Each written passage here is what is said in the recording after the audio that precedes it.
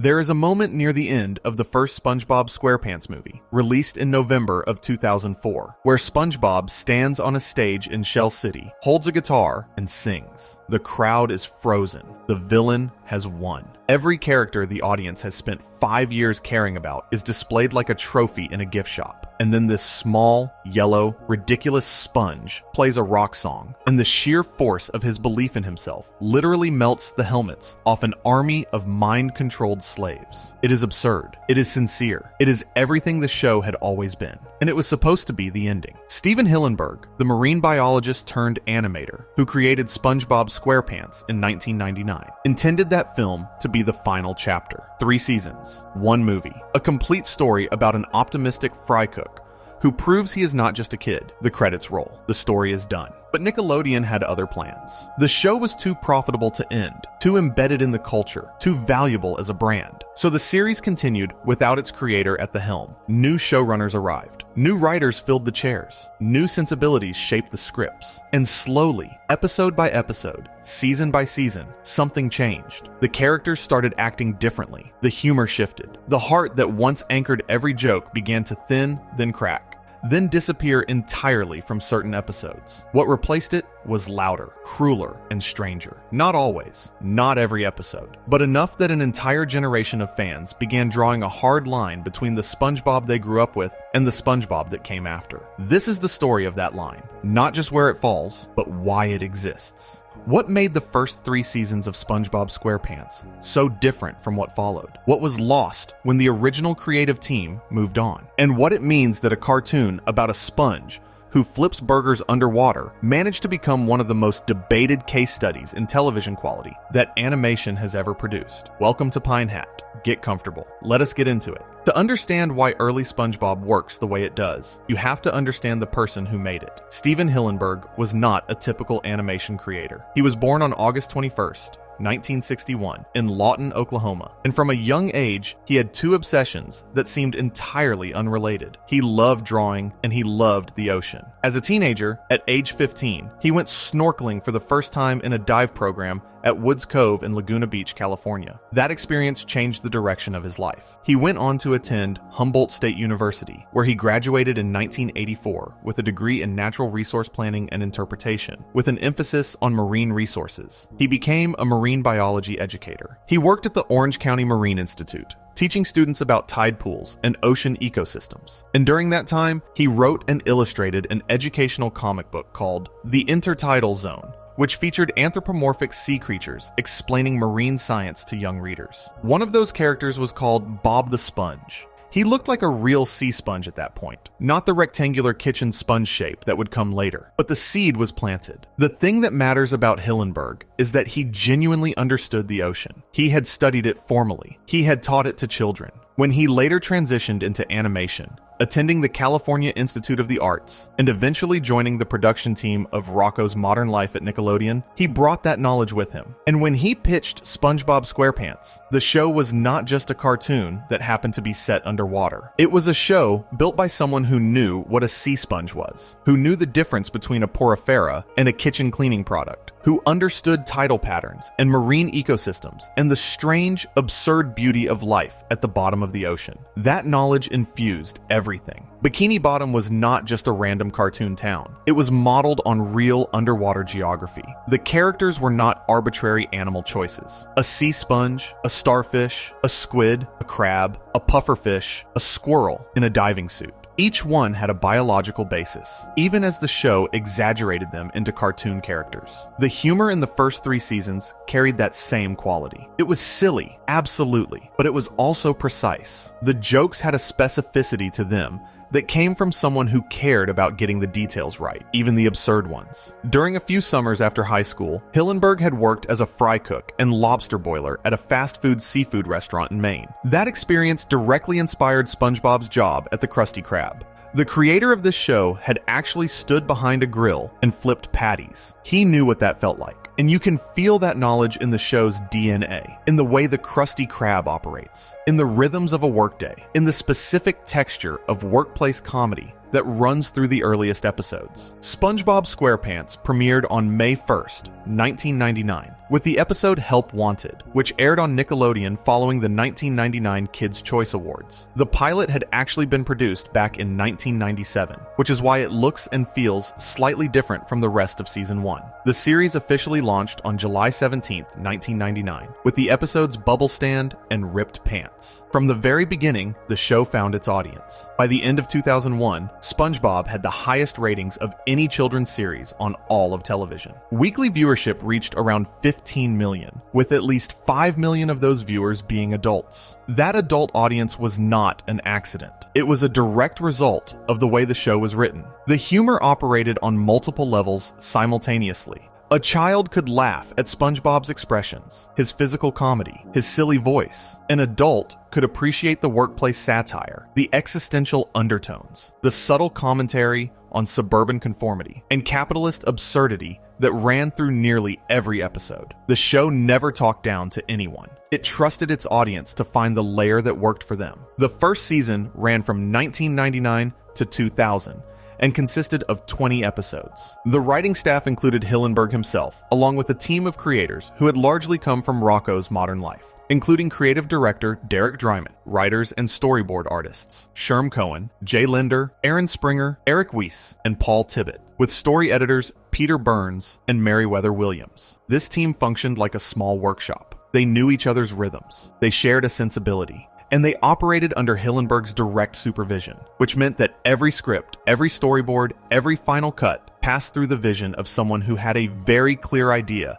of what SpongeBob SquarePants was supposed to be. Before we move on, if you are enjoying this analysis, please consider subscribing. It helps the channel tremendously. Consider what happens in Pizza Delivery, the first segment of the 5th episode of Season 1, which aired on August 14th, 1999. The plot is deceptively simple. The Krusty Krab receives a phone order for a pizza, and Mr. Krabs sends SpongeBob and Squidward to deliver it. Their boat runs out of gas. They end up stranded in what appears to be an underwater desert. And for 11 minutes, the episode follows them trying to get the pizza to the customer. That is the entire story. 2 characters, 1 pizza, 1 destination. But within that framework, the episode does something remarkable. It builds a complete emotional arc. SpongeBob starts the episode as the eager employee, thrilled to be making his first delivery. Squidward starts as the reluctant partner, annoyed at being dragged along. As they face obstacle after obstacle, their dynamic shifts. SpongeBob's optimism becomes the thing that keeps them going. His dedication to delivering the pizza is played for comedy, but it is also played straight. He genuinely cares about this delivery. He genuinely wants to do his job well. And when they finally reach the customer's house and the customer refuses the pizza because they forgot to bring him a drink, SpongeBob does not get angry. He crumbles. He is devastated, not because of his own suffering during the journey, but because he failed to make the customer happy. And then Squidward, the character who has spent the entire episode complaining, takes the pizza and slams it in the customer's face. It is the single biggest laugh in the episode, but it works not just as a joke. It works because Squidward, despite everything, cares about SpongeBob. He saw someone hurt his coworker, and he responded. The show does not comment on this. Squidward does not say anything sentimental. He just acts, and SpongeBob smiles, and the episode ends. Think about what that reveals about the show's understanding of its own characters. Squidward is not SpongeBob's friend in any obvious sense. He finds SpongeBob irritating. He would rather be anywhere else. But underneath all of that irritation is something real, something the show never names directly, but always shows through behavior. Squidward has a line, and the customer crossed it. That is not the behavior of someone who does not care. That is the behavior of someone who will never admit that he does. The early show understood this about Squidward. He was not a punching bag. He was not a villain. He was a person whose worst qualities were the armor around his best ones. And the show let the audience discover that through action rather than dialogue. It never told you that Squidward had a heart. It showed you a moment where his heart overrode his cynicism, and then it moved on.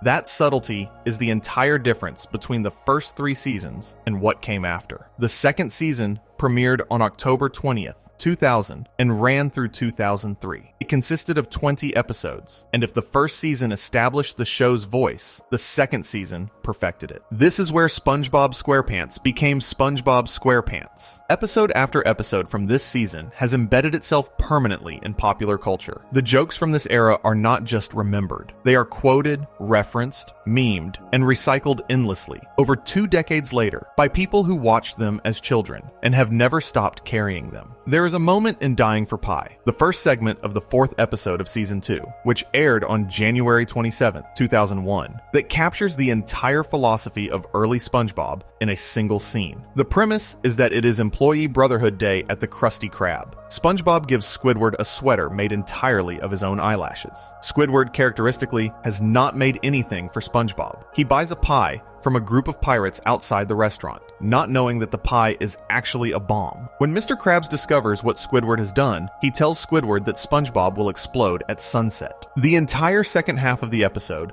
follows Squidward spending what he believes to be SpongeBob's last day alive, trying to make it perfect. He takes SpongeBob to do everything on his list. He watches the sunset with him, and the show plays this completely straight. Squidward, who claims to hate SpongeBob, who rolls his eyes at every interaction, spends what he thinks is the last afternoon of SpongeBob's life, making sure it is beautiful. The comedy is still there, the dialogue is still funny, but underneath every joke is this quiet, devastating sincerity. Squidward does not want SpongeBob to die. He does not want to lose him. And the audience sees, maybe for the first time, or maybe for the 100th time, that Squidward's entire personality is a performance. The irritation is real, but it is not the deepest thing he feels. The deepest thing he feels is the thing he would never say out loud. The thing the show reveals only through what he does when he thinks no one important is watching. Let that sit for a second. A show about a cartoon sponge managed to convey something true about human relationships, about the way people hide their care behind walls of sarcasm and indifference, and it did it within the framework of a slapstick comedy about an exploding pie. That is not easy to do. Most shows never even attempt it. Early SpongeBob did it constantly. The Graveyard Shift, also from Season 2, is another perfect example of the show operating at multiple levels simultaneously. The premise is that Mr. Krabs decides to keep the Krusty Krab open 24 hours. Squidward, annoyed by the prospect of working a night shift, decides to scare SpongeBob with a made-up ghost story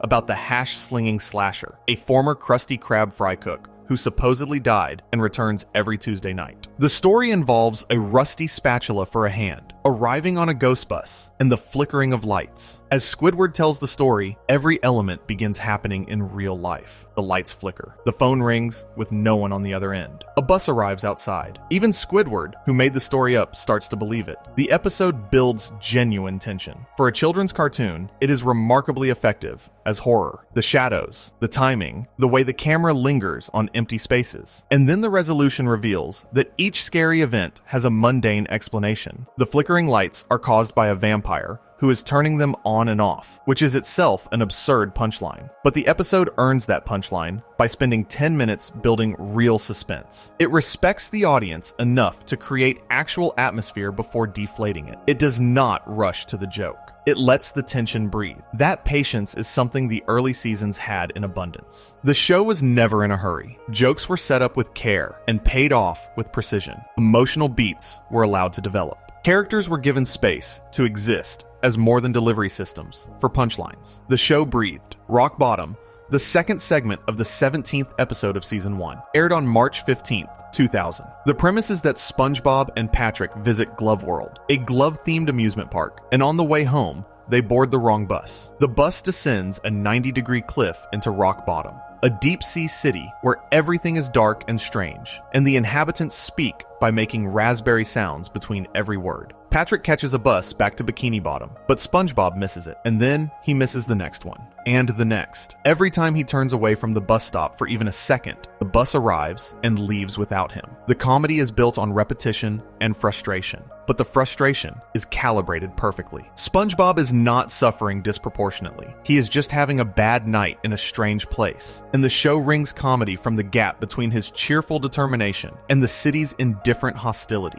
The episode works as both a comedy and a mood piece. Rock Bottom has a specific atmosphere. The dark backgrounds, the bizarre creatures, the sense of being far from home in a place that operates by different rules. It is genuinely unsettling for a children's show, not in a way that frightens, but in a way that evokes a feeling everyone has had. The feeling of being lost, the feeling of being in a place where you do not belong and cannot quite figure out how things work. That universality is why the episode endures. It takes an abstract anxiety and gives it a cartoon shape. And the cartoon shape is so precise that you recognize the feeling immediately, even though you have obviously never been to a deep-sea bus stop. Sleepy Time from Season 1 aired on January 17th, 2000, and it holds a unique place in the show's history because it is the final episode segment produced using traditional cell animation. But beyond its technical significance, the episode is one of the most creatively ambitious entries in the entire first season. SpongeBob gains the ability to enter the dreams of his friends and neighbors. He visits Gary's dream, where Gary has a humanoid body, lives in a grand library, speaks eloquently, and reads sophisticated literature. He visits Patrick's dream, where Patrick is riding a coin-operated kitty horse, and nothing else exists. He visits Squidward's dream, where Squidward is performing clarinet for an adoring audience in a grand concert hall. He visits Sandy's dream. He visits Mr. Krabs' dream, where Krabs is fishing for money. He visits Plankton's dream, where Plankton is a giant, towering over the city, wielding laser vision. Each dream is a perfect miniature character portrait. The show reveals what each character secretly wants in a single image. Gary wants to be understood as the intellectual he is. Patrick wants nothing at all, and the emptiness of his dream is itself the joke, that Patrick's deepest desire is a kiddie ride. Squidward wants to be celebrated for his art. Mr. Krabs wants money. Plankton wants power. And SpongeBob, characteristically, does not have a deep personal fantasy. He just wants to visit everyone else. He wants to be part of their worlds. That is who he is at his core. Not a character with grand ambitions. A character whose greatest desire is connection. The episode communicates all of this without a single moment of exposition. It shows you what these characters are through what they dream about. And it trusts you to understand what those dreams mean. The early show also understood something about Sandy Cheeks that the later seasons would systematically dismantle. In seasons 1 through 3, Sandy is one of the most fully realized characters in the cast. She is a scientist. She is an athlete. She is an inventor. She is fiercely competitive, but genuinely kind. She misses Texas. She loves karate. She has a life outside of SpongeBob's orbit that feels real and specific. The episode Sandy, SpongeBob, and the Worm, the season 2 finale, centers on a giant Alaskan bullworm that terrorizes Bikini Bottom. Sandy insists on hunting it down. SpongeBob is terrified and tries to talk her out of it. The episode is a buddy comedy in the tradition of classic adventure stories, and it works because Sandy is genuinely competent. She is not a damsel. She is not a sidekick. She is the most capable person in the room, and the comedy comes from the gap between her confidence and the actual scale of the threat. In later seasons, Sandy would be reduced to 2 traits. She is from Texas, and she is a scientist. The depth, the specificity, the sense that she had a full inner life, all of it was stripped away in favor of a handful of broad characteristics that could be plugged into any plot. The Sandy of the early seasons was a character. The Sandy of the later seasons was a template. Before we move on, if you are enjoying this analysis, please consider subscribing. It helps the channel tremendously. Season 3 premiered in 2001 and ran through October 2004 with its final episodes, SpongeBob Meets the Strangler and Pranks a Lot, airing on October 11th, 2004. This season is often cited by fans as the absolute peak of the series, not because it is dramatically different from seasons 1 and 2, but because it represents the full maturation of everything those earlier seasons built. The writing team was firing on every level. The animation had settled into its most expressive form. The character dynamics were fully established and could be played with, subverted, and deepened in ways that would have been impossible earlier. And the episodes from this season are not just good television. They are, in many cases, the best 11 minutes of animated comedy that Nickelodeon has ever produced. Band Geeks is the episode that sits at the top of nearly every fan ranking. It is the second segment of the 15th episode of Season 2, and it aired on September 7th, 2001. It was written by C.H. Greenblatt, Aaron Springer, and Meriwether Williams. The plot centers on Squidward, who receives a call from his high school rival, Squilliam Fancyson. Squilliam is everything Squidward wants to be: successful, cultured, respected, and Squilliam cannot resist rubbing it in. He tells Squidward that his band cannot play at the Bubble Bowl halftime show and asks Squidward if his band would like to play instead. The problem, of course, is that Squidward does not have a band. So he forms one, recruiting every character in Bikini Bottom. And what follows is a series of increasingly disastrous rehearsals. The band cannot play. They cannot march. They fight. They destroy instruments. They hit each other. By the night before the performance, Squidward has given up. He sits in a chair on the field and tells the band to just play at the Bubble Bowl so Squilliam can see him fail. And then SpongeBob gives a speech. He reminds the band that they are doing this for Squidward. And the next day, at the Bubble Bowl, the band performs. They do not just play competently. They deliver a full rock performance of a song called Sweet Victory. The stadium erupts. Squilliam faints. And Squidward, standing in front of a cheering crowd, finally has the moment he has been chasing his entire life. He is seen. He is celebrated. He won. The reason this episode resonates the way it does is not because of the comedy, though the comedy is excellent. It is because of what the episode understands about Squidward as a character. Squidward wants to matter. That is his defining motivation. He wants to be recognized as talented, as sophisticated, as important. The early show understood that this desire was not pathetic. It was human. Everyone wants to matter. Everyone wants to be seen for what they believe they could be, rather than what their circumstances have made them. Band Geeks gives Squidward that, not by changing who he is, not by making him nicer or more humble, but by giving him a genuine triumph and letting the audience feel it. The final performance is triumphant, not because the show tells you it is, but because you have spent the whole episode watching Squidward fail and suffer and want. And when the payoff comes, it feels earned. That is the difference between a show that uses its characters and a show that understands them. Chocolate with Nuts, the first segment of the 12th episode of Season 3, aired on June 1st, 2002. The premise is that SpongeBob accidentally receives Squidward's copy of Fancy Living Digest in the mail. Inspired by the lavish lifestyles inside, he and Patrick decide to become entrepreneurs by selling chocolate bars door to door. The episode is 11 minutes of escalating absurdity built on a foundation of character-driven comedy. SpongeBob and Patrick are terrible salesmen. They are too honest, then too dishonest. They get scammed by a con artist who sells them candy bar bag-carrying bags. They encounter a fish who screams the word chocolate at them with increasing intensity every time they appear. And by the end, they have somehow sold all their chocolate and used the profits to take 2 elderly women on dates at a fancy restaurant.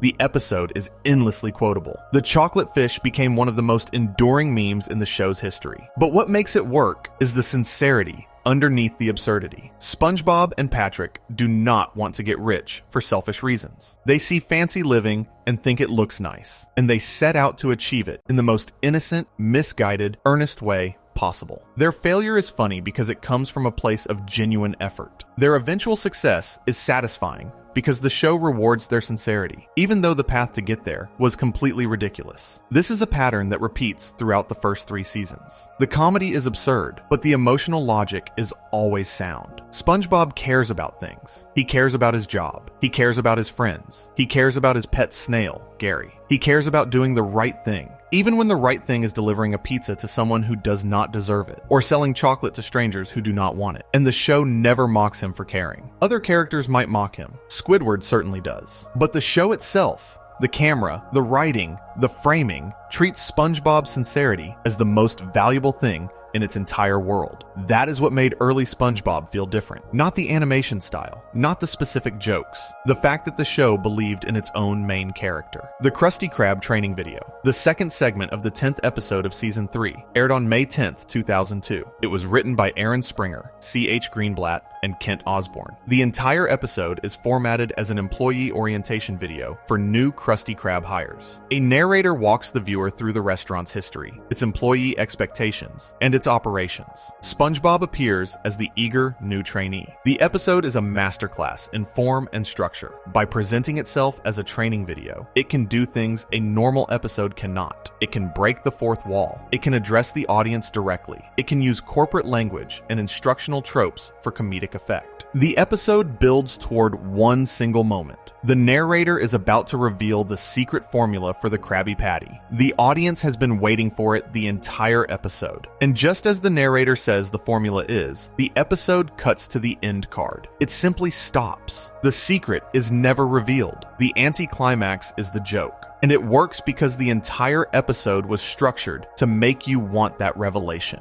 to make you lean forward, to make you believe it was coming. The comedy is in the architecture of the episode itself, not in any single joke. That level of structural sophistication is remarkable for an 11-minute cartoon. The show was not just telling funny stories. It was experimenting with narrative form, using the conventions of different genres, in this case, corporate training materials, as tools for comedy. That kind of creative ambition does not come from a show that is coasting. It comes from a team that is pushing itself to find new ways to be surprising. Sailor Mouth, from Season 2, aired on September 21st, 2001. The premise is that SpongeBob and Patrick discover a word written on the dumpster behind the Krusty Krab. They do not know it is a bad word. They start using it casually, calling it a sentence enhancer. The episode handles profanity by replacing every swear word with dolphin sounds and other sea creature noises. The audience never hears the actual words, but the reactions of the other characters make it absolutely clear what is being said. It is a brilliant structural choice because it allows the episode to be entirely about profanity without ever actually being profane. The comedy comes from the gap between what the audience knows is happening and what is literally being shown. It also allows the episode to comment on the arbitrary nature of language and social norms. Why are some words bad and others are not? Who decided? The episode does not answer these questions explicitly,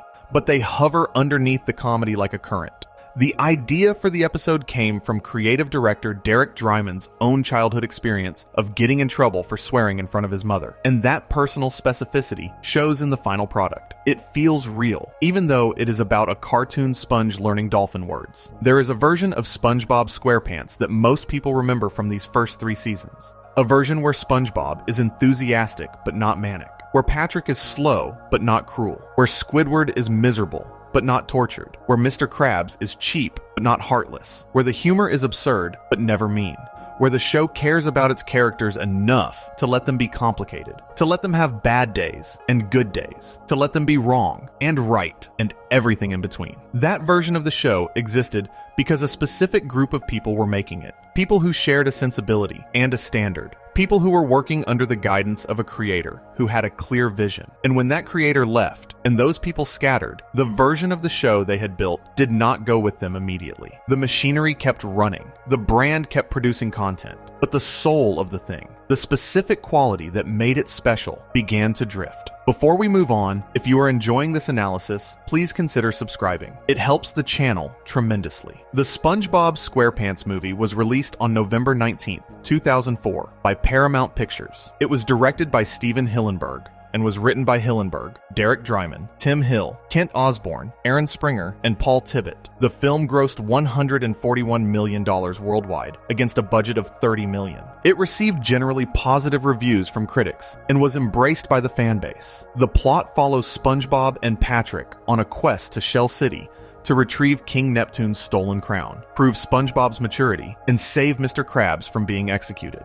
Along the way, they face a hired assassin named Dennis, get captured in Shell City, and are nearly killed before being saved, fittingly, by the power of rock and roll. The film functions as both a standalone adventure and a thematic conclusion to the series. SpongeBob's central arc is about proving that he is not just a kid, that his optimism and sincerity are not signs of immaturity, but sources of genuine strength. The film resolves this by giving SpongeBob the promotion he wanted at the start, making him manager of the Krusty Krab 2. It is a complete ending. The character has grown, the story is finished, and Hillenberg intended it to be exactly that. He wanted to end the show here, before it had a chance to decline, before the characters could be run into the ground, before the magic could wear thin. He later explained his reasoning by saying that the show had reached a point where he felt he had contributed everything he wanted to contribute and said what he wanted to say. He selected Paul Tibbitt as his successor, someone he trusted, someone he believed could capture SpongeBob's sense of humor. And then he stepped away. Not entirely. He retained his position as executive producer and maintained an advisory role, reviewing episodes.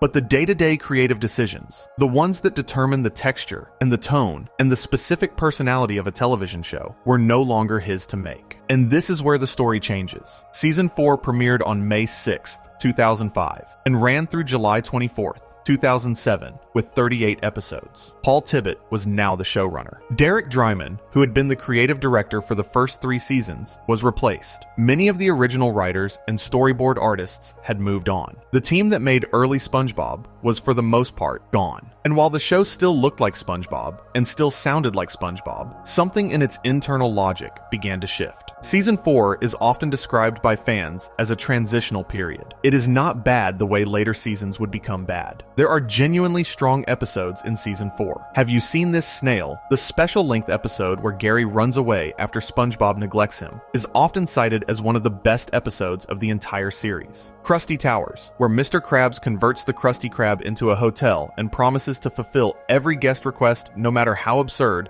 has the kind of escalating premise that the classic era perfected. But even in Season 4, the cracks are visible if you know where to look. The pacing is different. Scenes that would have landed with a beat of silence in the early seasons are now rushed past. Character motivations are simpler. The multi-layered humor, the kind that works differently for children and adults, appears less frequently. And SpongeBob himself starts to change. In the first 3 seasons, SpongeBob is enthusiastic and optimistic, but he also has a capacity for stillness, for reflection, for genuine sadness. He is not performing joy at all times. He is a character who happens to be joyful, which is a crucial distinction. Starting in Season 4 and accelerating in the seasons that follow, SpongeBob becomes flatter. His joy becomes his only trait. He becomes louder, more hyperactive, more oblivious. The nuance that made him feel like a real person, even as a cartoon sponge, begins to erode. The technical side of the show changed as well. The first season had used traditional cell animation, and the transition to digital ink and paint happened early in the show's run, with the final cell animated segment being the Season 1 episode Sleepy Time. By Season 2, the show was being painted digitally, though the animation was still hand-drawn on paper. The lines in Seasons 2 and 3 have a distinctive quality, slightly jagged edges from the pen ink used by the animators. Starting in Season 4, the inking process moved to digital as well, and eventually to tablets, which produced smoother, cleaner lines. The result is that the show literally looks different. The hand-drawn quality of the early seasons, the slight wobble and texture that came from artists putting pen to paper, gave way to a cleaner, more polished visual style. Neither is objectively better or worse, but the earlier style had a warmth and an imperfection to it that complemented the show's sensibility. It felt handmade in a way that the later episodes do not. But the visual changes are secondary. The real shift is in the writing. And to understand what changed about the writing, you have to look at what happened to the characters. Patrick Star, in the first 3 seasons, is one of the great comedy characters in animation history. He is not smart. Everyone knows that. But his stupidity in the early seasons has a specific quality to it that distinguishes it from what he becomes later. Early Patrick is slow. He does not process information quickly. He takes things literally. He misunderstands situations. But he is not malicious. He is not cruel. He is not dangerous. He is a sweet, simple person who happens to not be very bright. And the comedy comes from the gap between his understanding of the world and the world itself. There is a moment in Survival of the Idiots, a Season 3 episode, where SpongeBob and Patrick sneak into Sandy's tree dome during winter. Sandy is hibernating. The dome is filled with snow, and SpongeBob and Patrick, having no understanding of what hibernation means, proceed to do the dumbest possible things in the dumbest possible ways. They wrestle. They call each other Dirty Dan and Pinhead Larry. They wake Sandy up, and she, still half asleep, and in a hibernation rage, mistakes them for those characters and attacks them. The episode is hilarious because the stupidity is organic. It emerges naturally from the characters and the situation. Patrick does not do stupid things because the plot requires him to be stupid. He does stupid things because that is who he is, and the show puts him in situations where that personality trait generates comedy naturally. There is warmth in his stupidity. It is endearing rather than grating. Now compare that to what Patrick becomes in later seasons. Starting in Season 5 and accelerating dramatically in Seasons 6 and 7, Patrick's stupidity transforms from a character trait into a weapon. He does not just misunderstand things. He actively causes harm. He destroys property. He hurts other characters. He makes decisions that are not just dumb, but openly malicious. And the show frames them as comedy. In Stuck in the Ringer, SpongeBob gets physically trapped in his bathroom ringer, and Patrick, trying to help, covers it in permanent glue, trapping SpongeBob inside it for the rest of the episode. SpongeBob suffers. He cannot work. He cannot function. He is publicly mocked by the entire town. And when SpongeBob finally snaps and tells Patrick that he has ruined his life, the townspeople yell at SpongeBob for being mean. The episode ends with the message that being positive will fix everything, delivered after an episode that has done nothing but punish the main character for no reason. That is not comedy. That is something closer to contempt. The show is punishing SpongeBob, punishing the audience for expecting resolution, and using Patrick not as a character, but as a blunt instrument. The Patrick of the first 3 seasons would never do this. Not because he is incapable of making mistakes, but because the show would never frame his mistakes as entertainment derived from cruelty. This transformation has a name in the world of television criticism. It is called Flanderization, named after Ned Flanders from The Simpsons, who evolved from a well-rounded neighbor into a one-note religious caricature. Flanderization occurs when a character's defining trait, the one thing that makes them recognizable, is exaggerated over time until it consumes everything else about them. In the case of SpongeBob SquarePants, the Flanderization was comprehensive. Every major character was affected. SpongeBob went from enthusiastic and sincere to manic and oblivious. Patrick went from slow and sweet to cruel and dangerous. Squidward went from a complex character whose suffering had a human logic to it. He was stuck in a dead-end job he hated, surrounded by people he found irritating,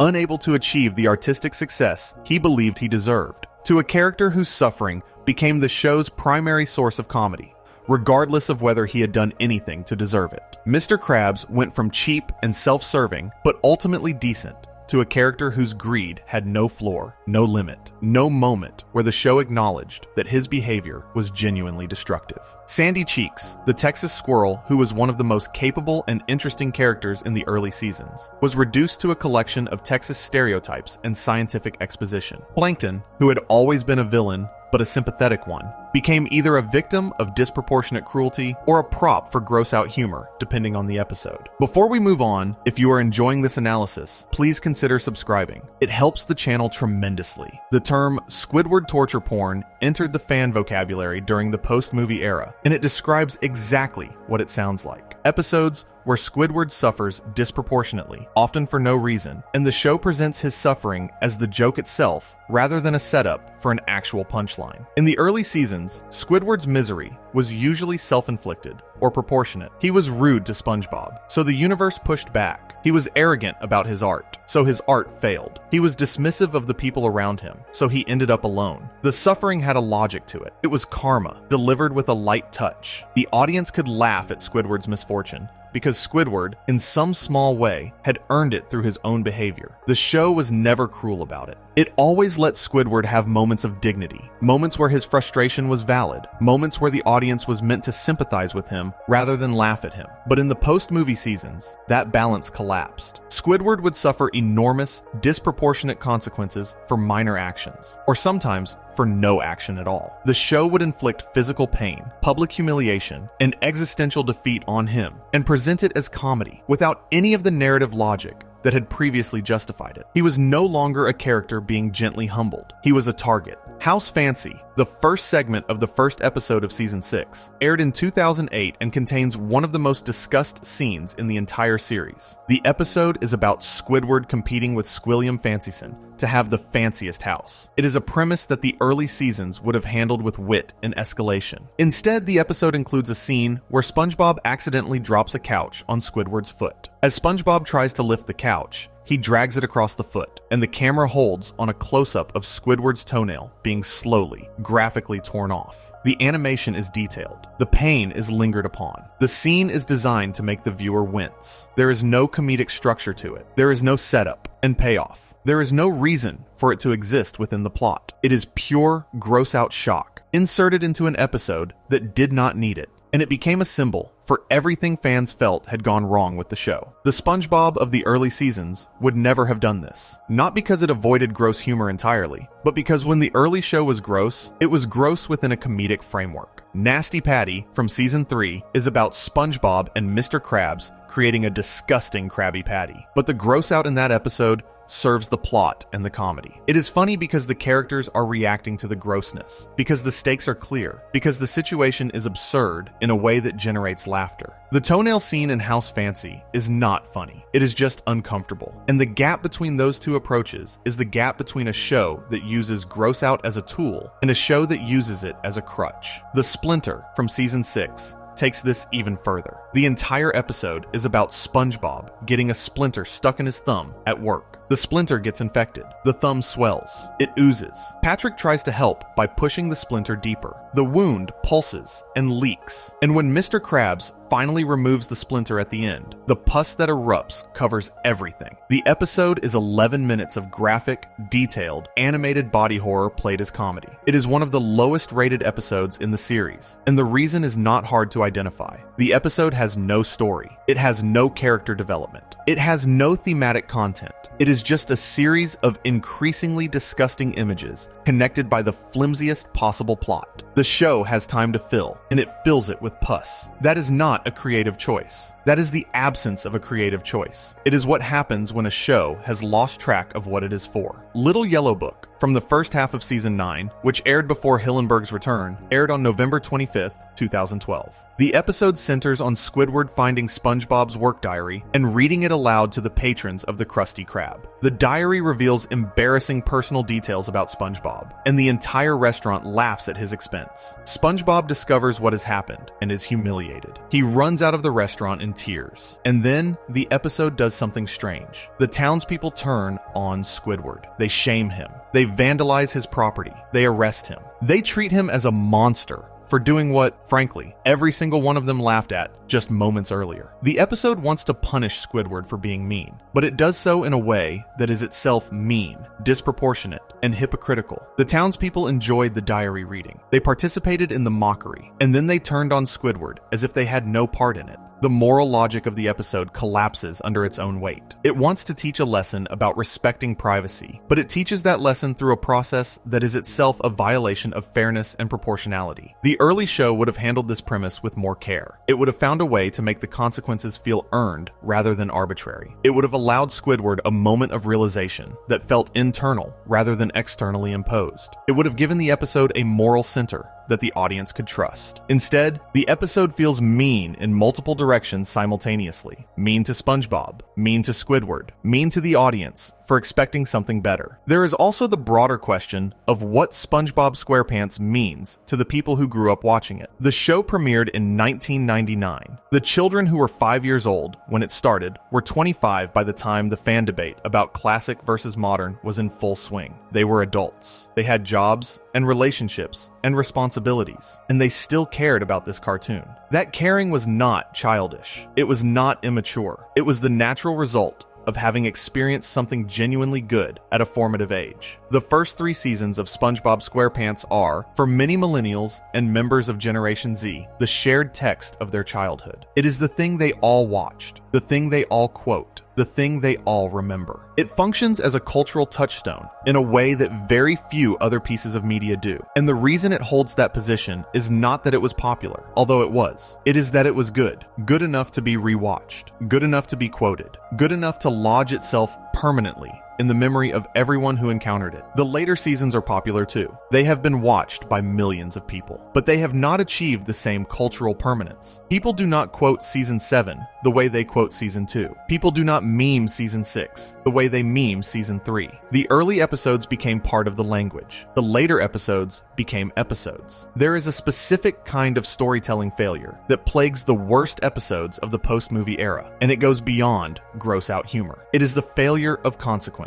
In the first 3 seasons, actions had consequences. If SpongeBob made a mistake, the episode dealt with that mistake and its fallout. If Squidward was rude, the universe responded in a way that felt proportionate. If Patrick did something dumb, the dumbness had repercussions that drove the story forward. The show existed in a moral universe, not a simplistic one where good is rewarded and bad is punished, but a coherent one where behavior mattered, where the things characters did affected the things that happened to them. In the post-movie era, that coherence broke down. Characters could do terrible things with no consequences, or minor things with catastrophic consequences, and neither pattern had any logic. The show became arbitrary, and arbitrary is the death of comedy. Comedy needs rules, even absurd rules, to function. The audience needs to understand the world well enough to be surprised when the world subverts their expectations. If anything can happen for any reason at any time, nothing is surprising. And if nothing is surprising, nothing is funny. A Pal for Gary from season 7 aired on January 2nd, 2010. It is consistently ranked among the worst episodes in the entire series, carrying a 3.3 out of 10 rating on IMDb, the lowest in the show's history. The premise is that SpongeBob decides Gary needs a companion while he is at work. He goes to a store and buys a nudibranch named Puffy Fluffy, despite being explicitly warned by the shopkeeper that the creature is dangerous. From the moment Puffy Fluffy enters the house, it terrorizes Gary. It growls. It attacks. It transforms into a monstrous creature. And through all of this, SpongeBob does not notice. He scolds Gary for being mean to Puffy Fluffy. He tells Gary to be nicer. In the climactic scene, Puffy Fluffy has transformed into a towering creature and has Gary trapped inside its mouth, tentacles wrapped around him, clearly in mortal danger. And SpongeBob, standing right in front of this, yells at Gary to put Puffy Fluffy down. This needs to be stated plainly. The main character of the show witnesses his beloved pet being attacked by a monster and sides with the monster. The episode does not frame this as a mistake that SpongeBob will learn from. It does not frame it as a character flaw that will be addressed. It just happens. SpongeBob is oblivious to a degree that is not funny, but infuriating. And the obliviousness is not incidental to the episode. It is the entire engine that drives it. The writers needed SpongeBob to not notice what was happening, because if he noticed, the episode would end. So they made him impossibly, unreasonably, insultingly blind to the suffering of his own pet. A pet the early show established as one of SpongeBob's most important relationships. That is not the behavior of someone who is naive. That is the behavior of a character who has been hollowed out by writers who needed a plot device instead of a person. One Course Meal from season 7 aired on March 25th, 2010. And it represents perhaps the single darkest moment in the show's entire run. The premise is that Mr. Krabs discovers Plankton is afraid of whales. So Mr. Krabs dresses up as his daughter Pearl and terrorizes Plankton with the fear that a whale will eat him. He does this not once, but repeatedly, over what the episode implies is an extended period of time. Plankton becomes paranoid. He cannot sleep. He cannot function. And the episode builds to a scene where Plankton is lying in the middle of the road, waiting to be run over. The implication is unmistakable. Plankton has been driven to the point where he would rather die than continue living in fear. A children's cartoon on Nickelodeon took a character the audience knows, a silly villain who wants to steal a burger recipe, and drove him to the brink of taking his own life, and it played it as comedy. Mr. Krabs is not punished for this. The episode does not frame his behavior as wrong. SpongeBob, who discovers what Mr. Krabs has been doing, only intervenes because he feels sorry for Plankton, and even that intervention is played as a minor plot point rather than a moral turning point. The episode carries a 3.7 rating on IMDb. Fans and critics have called it one of the worst, not just in SpongeBob's history, but in the history of children's television. And the reason is not hard to understand. The early show had a moral center. It did not preach. It did not deliver after-school special messages, but it had a sense of decency that kept it from crossing certain lines. Mr. Krabs in the early seasons was greedy. He was selfish. He was exploitative, but he was never this. He never tortured another character to the point of suicidal despair and walked away smiling. The gap between the Mr. Krabs of season 1 and the Mr. Krabs of season 7 is the gap between a flawed character and a monster. Think about what that means for the show as a whole. When a character changes that drastically, it is not just the character that is different. The entire world they exist in is different. If Mr. Krabs can do what he does in One Course Meal, and the world of the show treats it as normal, then Bikini Bottom is no longer a fundamentally decent place where silly things happen. It is a fundamentally cruel place where cruelty is unremarked upon. And that changes everything. It changes the tone. It changes the stakes. It changes what it feels like to watch. The early show made you feel warm. The worst of the later show made you feel uncomfortable. Not because of narrative tension or dramatic weight, but because the show itself seemed to have lost its sense of right and wrong. Before we move on, if you are enjoying this analysis, please consider subscribing. It helps the channel tremendously. The humor itself changed in ways that go beyond specific episodes or specific moments. The early seasons of SpongeBob SquarePants had a specific kind of comedy that is difficult to describe precisely, but immediately recognizable. It was witty. It was visual. It was absurd. It played with language in clever ways.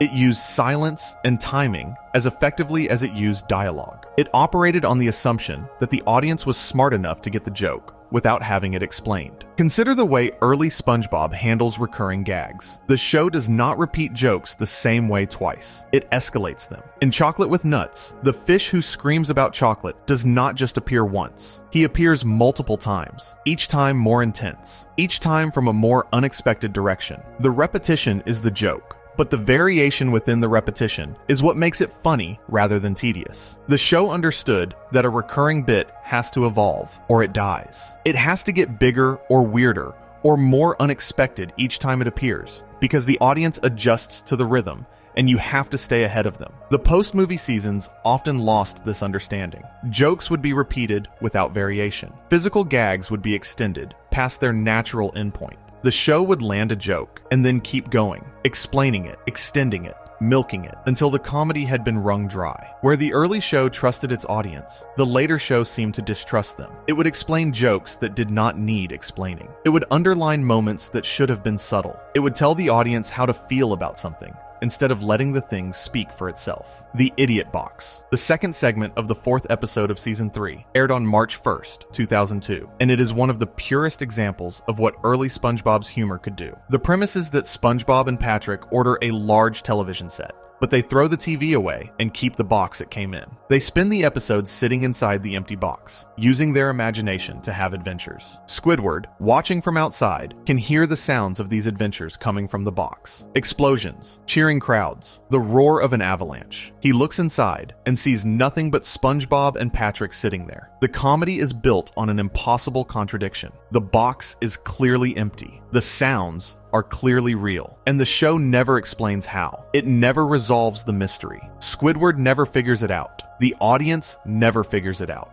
And that is the point. The episode is about imagination itself, about the ability to create entire worlds from nothing. And the show embodies that theme by refusing to provide a rational explanation. It trusts the audience to sit with the mystery and find it funny rather than frustrating. It trusts them to appreciate the joke rather than demanding the mechanics. That kind of trust between a show and its audience is rare. It is what separates comedy that endures from comedy that fades. Frankendoodle from Season 2 aired on January 21st, 2002, and offers another example of the early show's creative ambition. An artist on the surface drops a pencil into the ocean. SpongeBob finds it and discovers that anything he draws comes to life. He draws a crude version of himself, Doodlebob, who immediately becomes a destructive force. The episode is essentially a Frankenstein story told through the lens of SpongeBob's world. The comedy comes from the physical contrast between the smooth, polished animation of the regular characters and the crude, sketchy, hand-drawn appearance of Doodlebob. It comes from Doodlebob's limited intelligence, his inability to communicate, his raw, destructive energy. And it comes from the meta-humor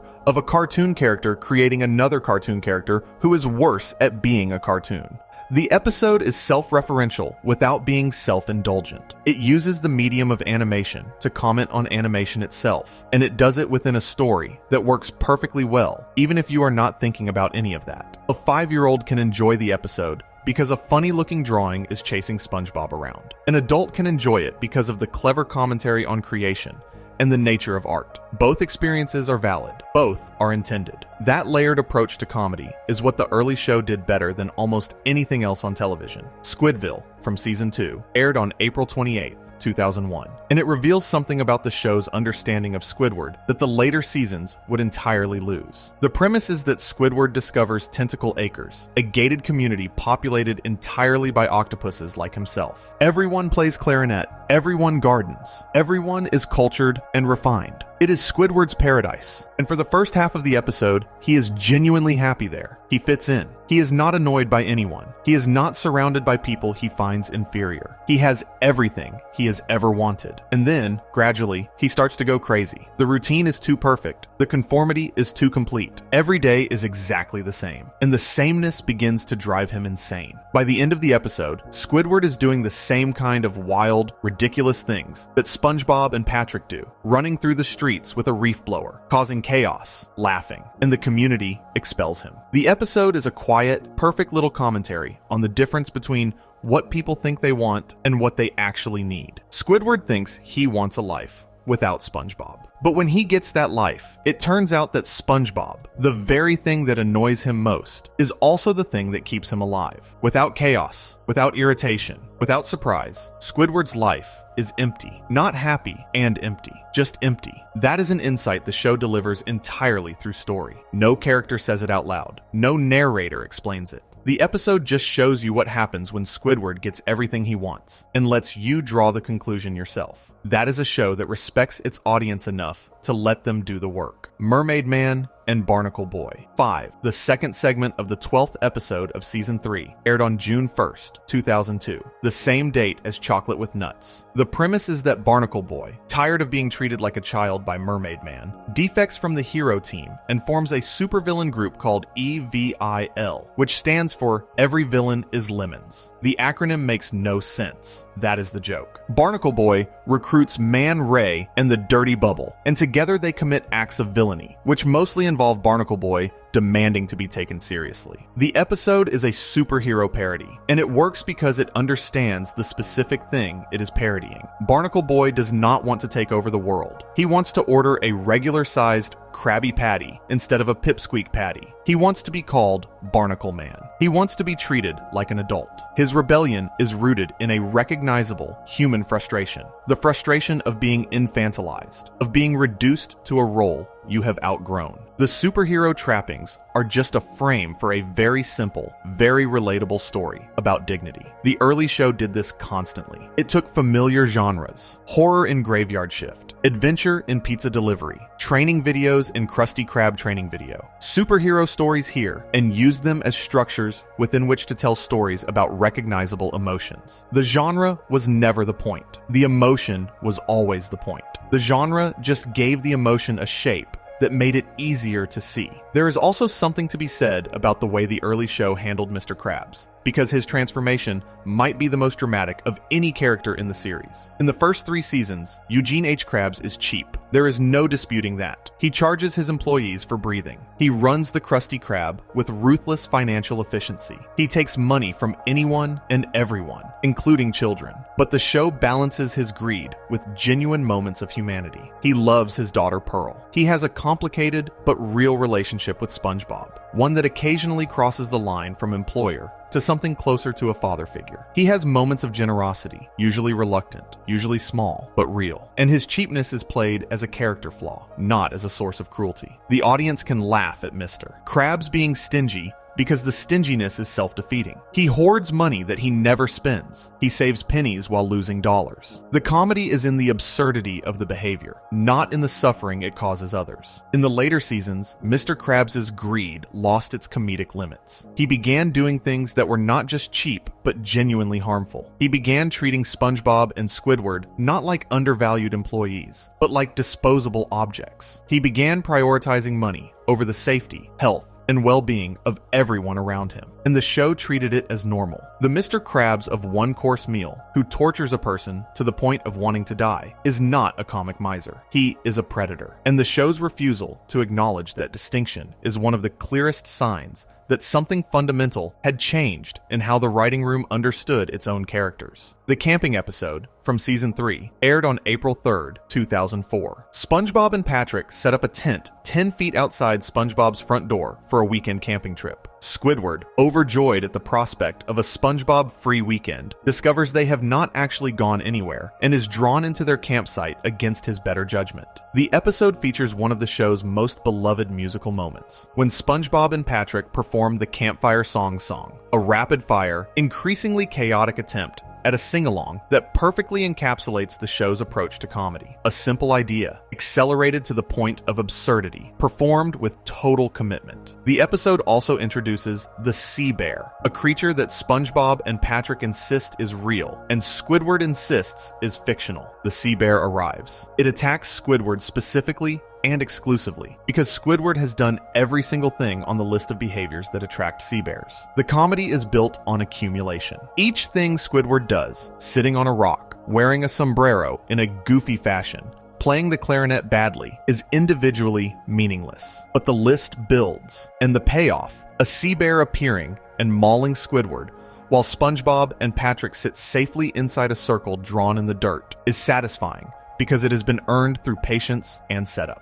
The show spent the entire episode placing the pieces. The final moment just lets them fall. Before we move on, if you are enjoying this analysis, please consider subscribing. It helps the channel tremendously. There is a question that fans of SpongeBob SquarePants have been debating for over 2 decades, and it is deceptively simple. When exactly did the show go bad? The answer depends on who you ask. Some fans draw the line cleanly at the first movie. Everything before it is classic. Everything after it is lesser. Others argue that Season 4 still has enough quality to belong in the classic era, pointing to episodes like Have You Seen This Snail and Krusty Towers as evidence. Others place the true decline in Season 5, where the ratio of strong episodes to weak ones shifts noticeably. And almost everyone agrees that Seasons 6 and 7 represent the absolute nadir, the period where the show was at its worst, where the mean-spiritedness was most intense, the character Flanderization most severe, the gross-out humor most prevalent. But the truth is that the decline was not a single moment. It was a gradient. Season 4 has episodes that feel like classic SpongeBob, and episodes that feel like something different. Season 5 tips further. By Season 6, the transformation is complete, and the show that aired in 2008 and 2009 is,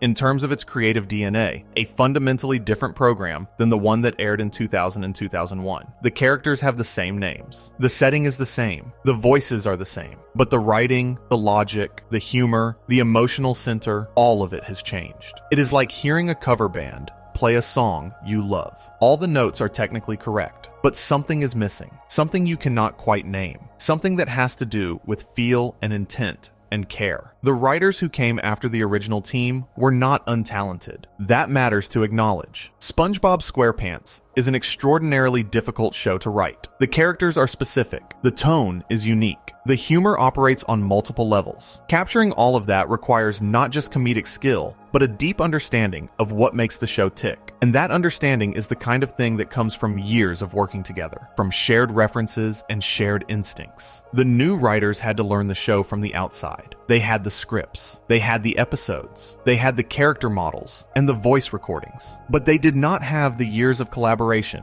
that had shaped the original team's shared sensibility. And without that sensibility, they defaulted to the most obvious versions of the characters. SpongeBob is happy, so they made him happier. Patrick is dumb, so they made him dumber. Squidward is miserable, so they made him more miserable. They turned the volume up on every character trait without realizing that the magic of the early show was in the subtlety. SpongeBob was not just happy. He was happy and anxious. He was happy and desperate to please. He was happy and capable of genuine sadness. Patrick was not just dumb. He was dumb and loyal. He was dumb and occasionally wise. He was dumb and genuinely kind. By flattening these characters into their most obvious dimensions, the new writers did not just change them, they diminished them. The show's relationship with Squidward is perhaps the clearest indicator of this shift. In Season 1, there is an episode called Opposite Day, which aired on September 11th, 1999. The premise is that Squidward, desperate to sell his house and move away from SpongeBob, convinces SpongeBob that it is opposite day, hoping that SpongeBob will act the opposite of his usual self and not scare off potential buyers. Instead, SpongeBob and Patrick start impersonating Squidward, and their impersonation is so thorough and so annoying that the real estate agent cancels the sale. The episode is funny because SpongeBob does not know he is ruining Squidward's plan.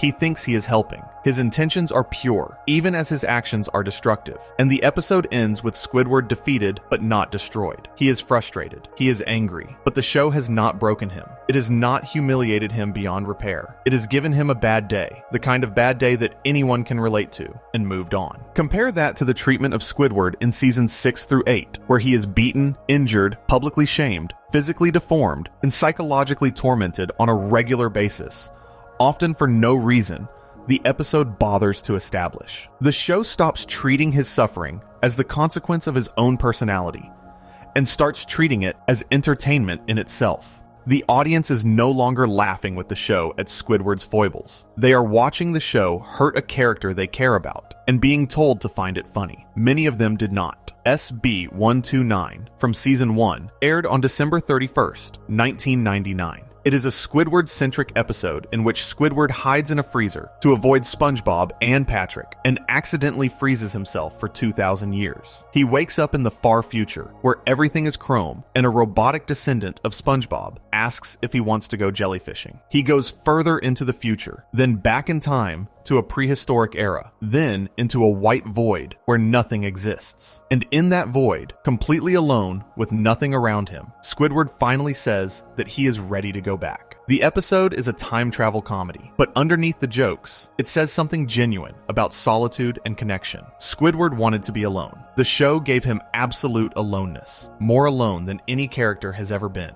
floating in a white nothing with no sound and no companions. And it was not what he wanted after all. That is the early show's understanding of Squidward in one image. He thinks he wants to be alone. He does not. He needs the very things that annoy him, because without them, he is nothing. He is just a person in a void. The later show forgot this. It turned Squidward into a target without remembering that the target had always been standing in front of something important, that his misery was meaningful, because it pointed toward a need he could not admit, that his relationship with SpongeBob was the most important relationship in the show because it was the one neither character fully understood. The production changes between the early and later eras of SpongeBob went beyond staffing. The animation process itself evolved. As mentioned, the show moved from cell animation to digital ink and paint early in its run, but the more significant change was in the animation philosophy. The early seasons favored expression over cleanliness. Characters would distort wildly for comedic effect. SpongeBob's face would morph into exaggerated shapes. The backgrounds were detailed and textured, painted in a style that evoked the look of real coral reefs and oceanic landscapes. The character movements were fluid and unpredictable. You never quite knew what shape SpongeBob might take next, and that unpredictability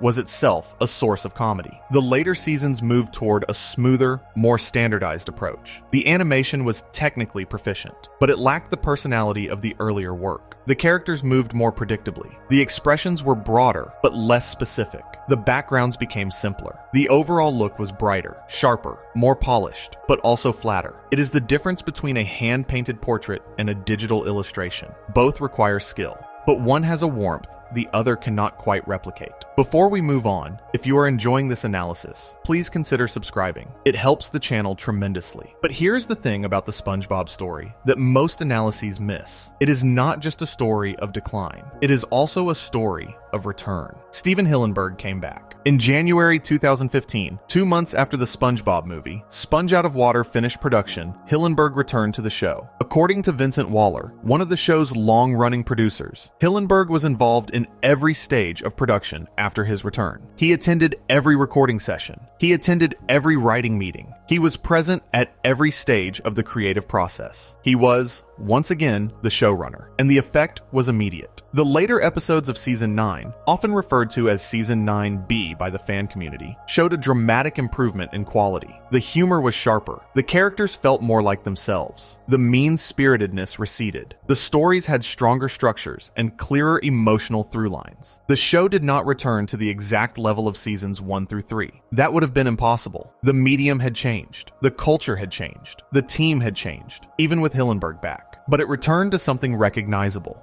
It returned to something that felt like it cared about its characters again. Pet Sitter Pat, from Season 8, is another episode that illustrates the problem with post-movie Patrick. SpongeBob has to attend his grandmother's birthday party and asks Patrick to watch Gary for the evening. The episode proceeds to show Patrick being not just incompetent, but actively dangerous. He uses a flamethrower on Gary. He floods SpongeBob's house. He treats a living creature with a level of reckless disregard that goes far beyond comedy and into something uncomfortable. The Patrick of the early seasons would not do this. Not because early Patrick was competent, but because early Patrick's incompetence was innocent. He would try his best and fail in ways that were funny because of the gap between effort and result. The Patrick of Pet Sitter, Pat does not seem to be trying at all. He is simply destroying things, hurting a helpless animal, and the show expects the audience to laugh. The episode was given a 4.9 out of 10 on IMDb, and some fan critics have called it the single worst episode in the entire series. The reason is not complicated. The show took a character beloved for his sweetness and turned him into something careless and cruel, and it expected the audience to come along for the ride. Many of them refused. The issue extends beyond individual episodes into the fabric of the show itself. In the early seasons, Bikini Bottom felt like a place. It had geography, it had weather, it had neighborhoods and landmarks, and a sense of spatial coherence. SpongeBob's pineapple was between Squidward's Easter Island head and Patrick's rock. The Krusty Krab was down the road. Jellyfish Fields was beyond that. The town had boundaries and features that the show respected consistently. The audience built a mental map of Bikini Bottom over time, and that map contributed to the show's sense of reality. Even in a world where a sponge can light a campfire underwater, the physical space felt consistent. In the later seasons, Bikini Bottom lost that coherence. Locations would appear and disappear as the plot required. The geography became fluid, arbitrary, servicing individual episodes rather than maintaining a consistent world. That might seem like a minor detail, but it contributes to a larger pattern. The early show built a world. The later show built settings. A world has rules and history and weight. A setting is just a place where things happen. The difference between the two is the difference between a story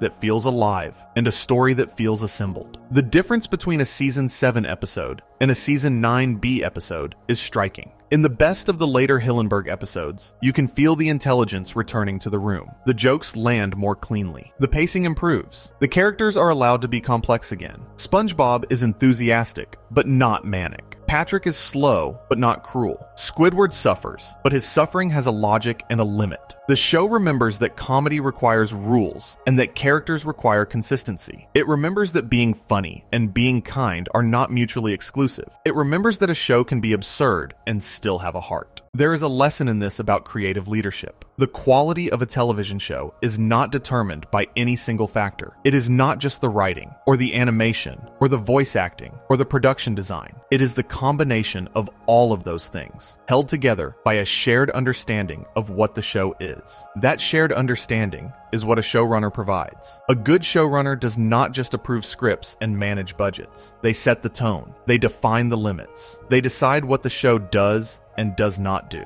They say yes to some ideas and no to others. And the pattern of those yeses and nos, accumulated over years, is what gives a show its identity. Hillenberg's identity for SpongeBob was specific. Absurd, but not mean. Silly, but not stupid. Emotional, but not sentimental. Gross occasionally, but not as a substitute for comedy. Those guardrails defined the show. When Hillenberg left, the guardrails were removed. Not immediately, not all at once, but gradually. As new people brought new instincts and new tolerances, the boundaries expanded in directions that Hillenberg would not have allowed. And the show changed. Not because anyone set out to change it, but because the person who had defined what it was had stepped away. And in his absence, the definition became fluid. Hillenberg's return in 2015 reimposed those guardrails. The show snapped back into alignment. The characters started behaving like themselves again. The humor sharpened. The mean-spiritedness retreated. The show was not reborn. It was realigned. The same instruments, playing the same notes, under the same conductor, and the music improved. What Hillenberg's return proved is that the decline of SpongeBob was not inevitable. It was not the natural result of a show running too long, though that was certainly a factor. It was the specific result of specific creative decisions made by specific people. When different people with a different sensibility and a different set of priorities, made different decisions, the show improved. That does not mean Tibbett or the other post-movie showrunners were bad at their jobs in any absolute sense, but they were different from Hillenberg. They had a different understanding of the characters, a different sense of what was funny,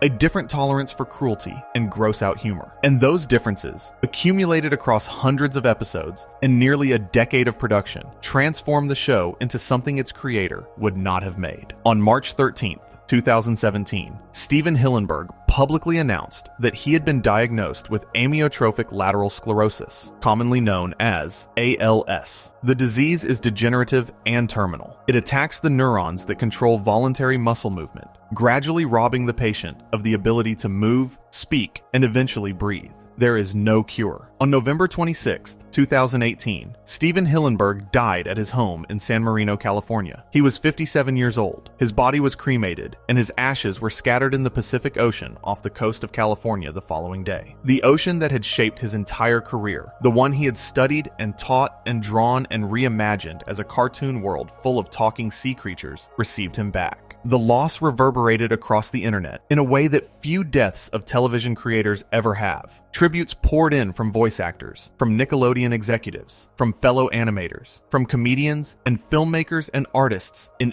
every medium. Fans shared their favorite episodes, their favorite quotes, their favorite moments. Social media became a memorial. The outpouring was a measure of how deeply the show had penetrated the culture, and how clearly the culture understood that the thing it loved about SpongeBob was inseparable from the person who made it. Hillenberg's death was mourned across the entire entertainment industry, but the grief was especially acute among SpongeBob fans. These were people who had grown up with the show, who had watched it as children and carried its jokes and its characters and its specific kind of warmth into adulthood. For them, Hillenberg's death was not just the loss of a creator. It was the loss of the person who had given them something that had genuinely shaped who they were. SpongeBob SquarePants, at its best, taught a generation of children that it was acceptable to be enthusiastic, to be sincere, to care deeply about things even when the world told you those things were silly. It taught them that kindness was not weakness. It taught them that it was possible to be optimistic without being naive.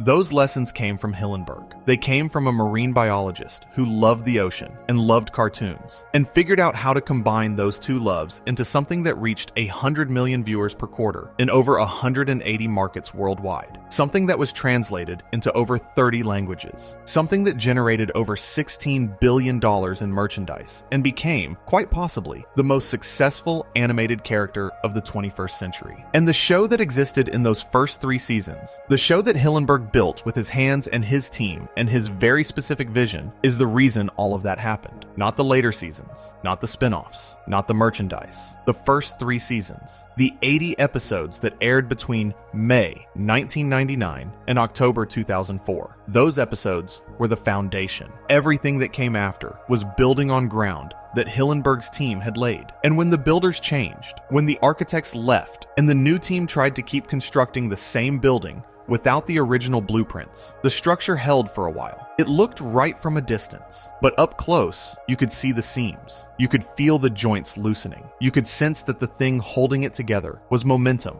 rather than intention, brand recognition rather than creative vision, commercial obligation rather than artistic purpose. That is not a small thing. It is, in fact, the entire story. SpongeBob SquarePants is the most successful animated children's show ever produced. It became the longest-running American children's animated series in 2025, surpassing Arthur. It surpassed Rugrats during its 8th season to become the Nickelodeon series with the most episodes. It is seen in more than 180 markets. It has been found to be 47 times more popular than the average television show. And the core of all of that success, the creative engine that powers the entire franchise, is a stretch of episodes that were made by a small team of people who cared deeply about what they were doing, who were led by a man who understood the ocean and understood comedy, and understood that the best children's entertainment does not treat children like they are stupid. The discourse between fans of classic and modern SpongeBob is one of the longest-running debates in the animation community. It has persisted for over 20 years. Forums, social media platforms, YouTube comment sections, Reddit threads, all of them are filled with people arguing about when the show peaked, when it declined, whether it ever recovered, whether the new episodes are good on their own terms, even if they are different from the originals. And the debate is passionate because the stakes for the people involved are real. This is not an abstract argument about television quality. It is an argument about something that matters to them, something that was part of their childhood, something that shaped their sense of humor, their emotional vocabulary, their understanding of what a cartoon could be. When a fan says that modern SpongeBob is not as good as classic SpongeBob, what they are really saying is that something they loved has changed in ways they did not want, and they are mourning the version of it that exists only in their memory and in a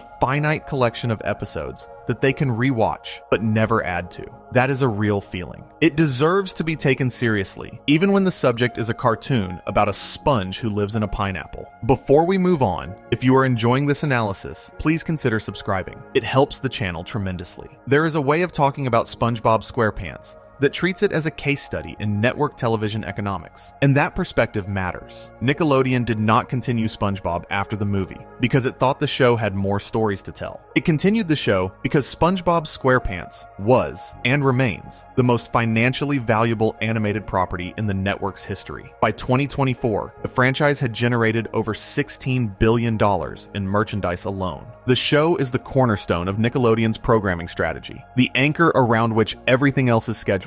Ending the show after 3 seasons, as Hillenberg wanted, would have meant walking away from billions of dollars in revenue. From a pure business standpoint, the decision to continue was not just understandable, it was inevitable. No entertainment company in history has voluntarily ended its most profitable franchise at the request of its creator. That does not happen, but the consequences of that decision are what this entire analysis has been examining. When a creative work is continued primarily for financial reasons, the financial priorities inevitably shape the creative output. The show does not need to be good. It needs to be produced. It needs to exist. It needs to generate episodes that can be scheduled and merchandised and licensed. Quality is welcome, but it is not required. And when quality is not required, it slowly becomes optional. The writers who worked on the post-movie seasons were not cynical people making bad television on purpose. They were professionals working within a system that did not demand their best work, because their best work was not what the system was optimized for. The system was optimized for output, and output, without the counterbalancing force of a creator with vision and authority, produces exactly the kind of decline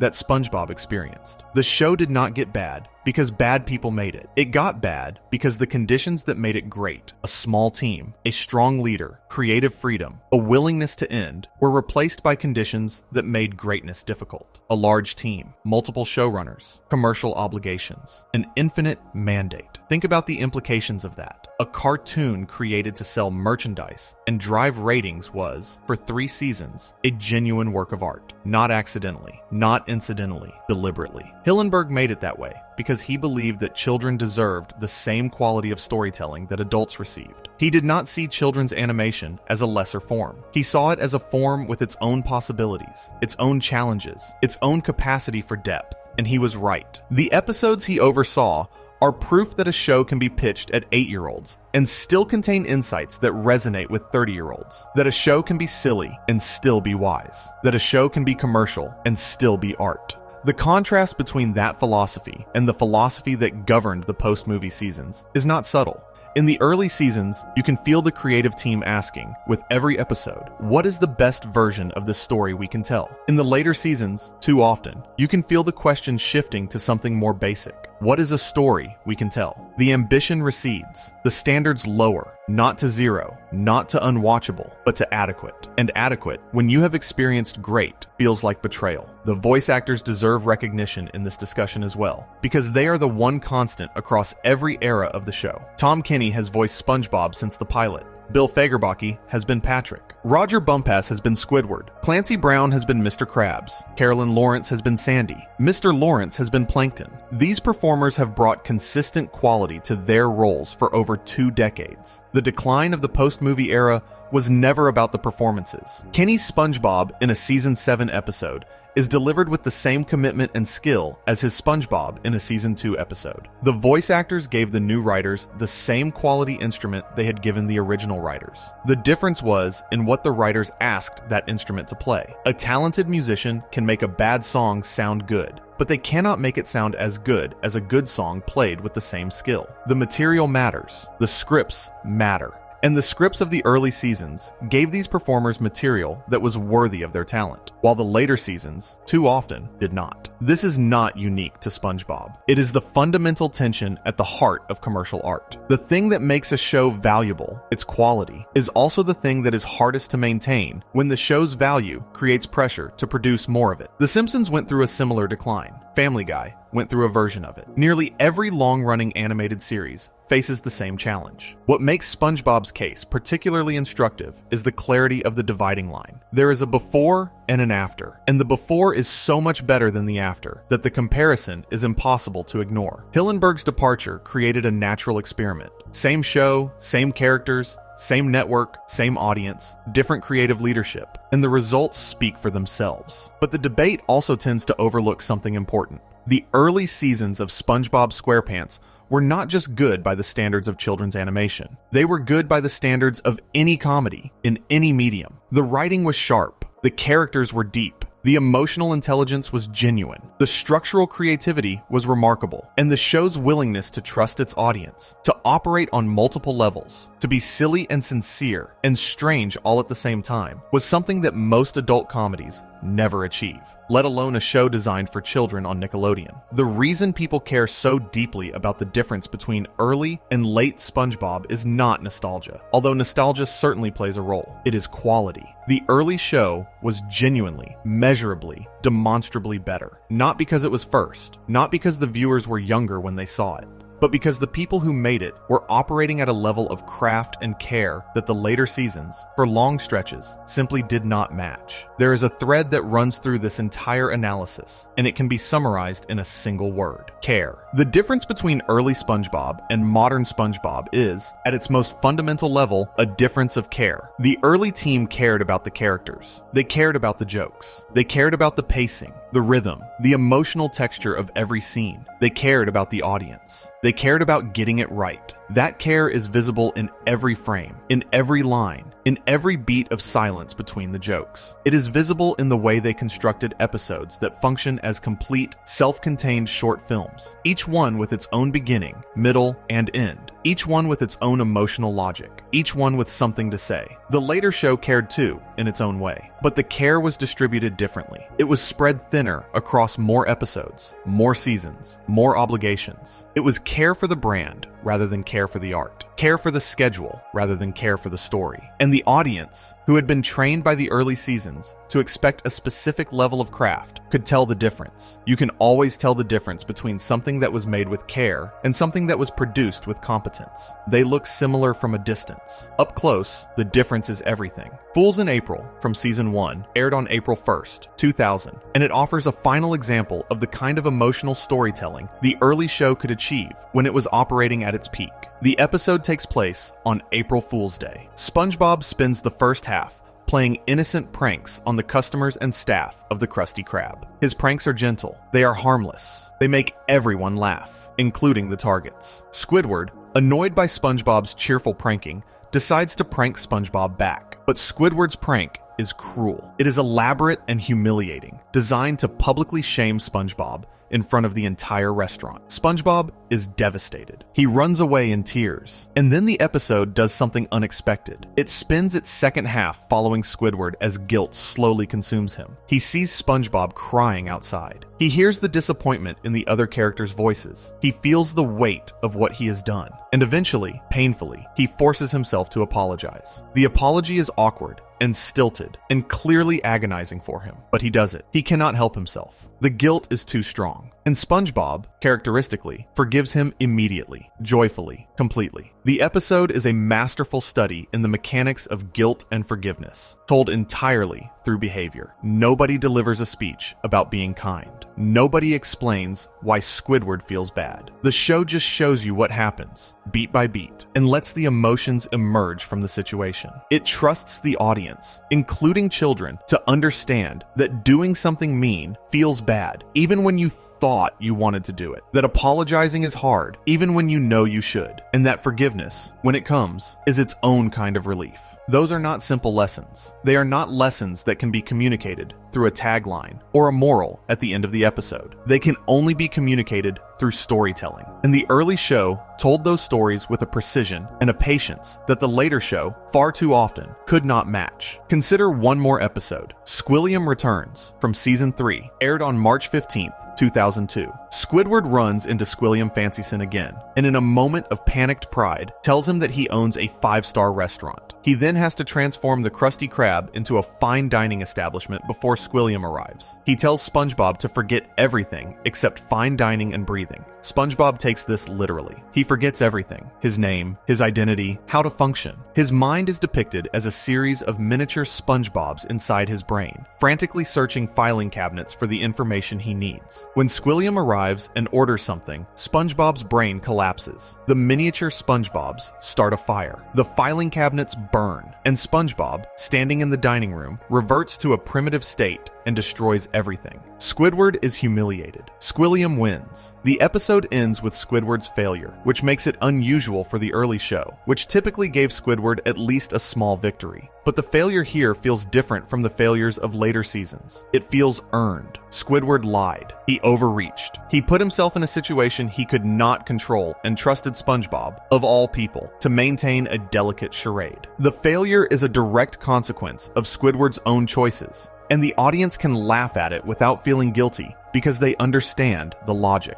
In the later seasons, Squidward's failures would often come out of nowhere, inflicted by the universe, rather than earned through his own behavior. And the laughter they generated was thinner because it lacked that logical foundation. The Krusty Krab itself serves as a microcosm of the show's evolution. In the early seasons, it is a specific place with specific rules and specific rhythms. SpongeBob loves working there. He is good at his job. The patties he makes are genuinely excellent. Mr. Krabs runs the restaurant with a combination of penny-pinching efficiency and grudging affection for his employees. Squidward hates being there, but shows up every day because, well, people show up to jobs they hate. That is what people do. The dynamic is a miniature workplace comedy, and it works because the show treats the workplace with a kind of affectionate accuracy. Anyone who has ever worked a service industry job recognizes the rhythms of the Krusty Krab. The boredom, the repetition, the customers who are demanding for no reason, the boss who cares more about money than morale, the coworker who is too enthusiastic, the other coworker who is not enthusiastic enough. These are real dynamics, and the early show captured them with precision. In the later seasons, the Krusty Krab becomes less of a specific workplace and more of a generic setting where events happen. The workplace dynamics fade. The character-driven humor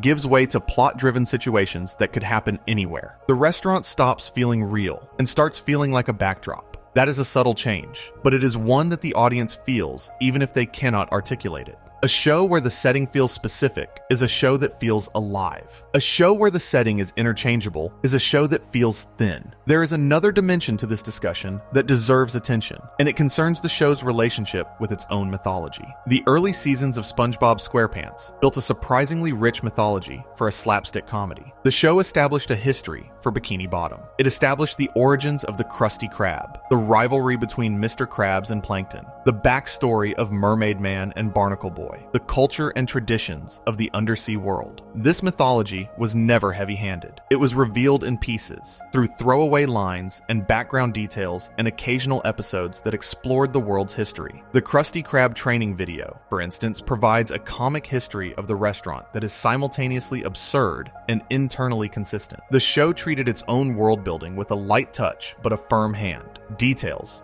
once established, were respected. Characters, once defined, behaved consistently. The show accumulated meaning over time, layering jokes and references and callbacks in a way that rewarded attentive viewers without punishing casual ones. The later seasons often ignored this accumulated mythology. Characters would behave in ways that contradicted established history. Plot points would be introduced and abandoned. The show's own continuity became a suggestion rather than a rule. Now, SpongeBob was never a show with strict continuity. The status quo reset at the end of every episode. But within that episodic framework, there was a consistency of character and world that the later seasons did not maintain. When the show contradicts its own established facts, it is not just a continuity error. It is a signal that the current writers do not know or do not care about the world they are operating in, and the audience can feel that. They might not be able to articulate it, but they sense that the show they are watching is thinner, less grounded, less real than the one they remember. Grandma's Kisses, from Season 2,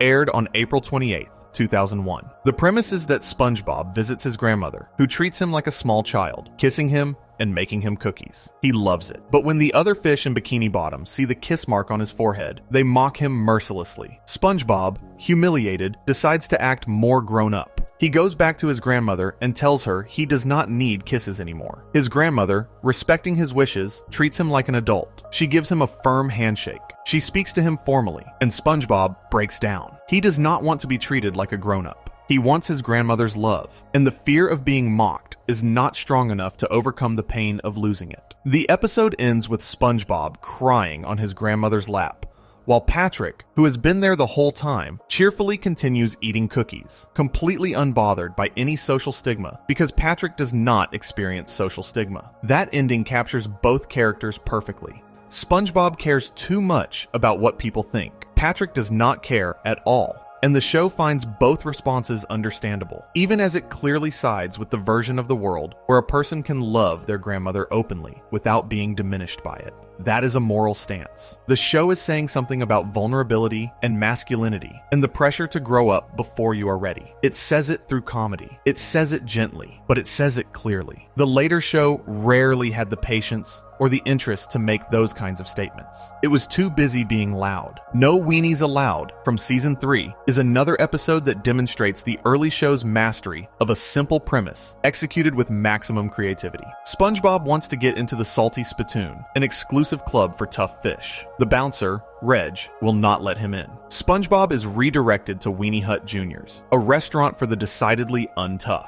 The entire episode is about SpongeBob trying to prove he is tough enough to be admitted. He tries fighting, but his opponent, a fish who looks intimidating, turns out to have a stomachache. He tries demonstrating toughness, but every attempt backfires. The comedy is in the escalation and the specificity. Weenie Hut Jr.'s, Super Weenie Hut Jr.'s, Weenie Hut General, the hospital. Each iteration of the weenie concept is funnier than the last because the show commits to the joke fully, building out an entire world where the concept of toughness has been codified into a social hierarchy of restaurants and institutions. The show does not just tell one joke. It builds a universe around the joke and then explores every corner of that universe. That is creative ambition at its most playful, and it stands in stark contrast to the later seasons, where premises tend to be simpler, more conventional, less willing to commit to a central conceit with the same level of creative investment. The later show tells jokes. The early show built worlds around jokes and then lived inside them for 11 minutes, discovering every corner,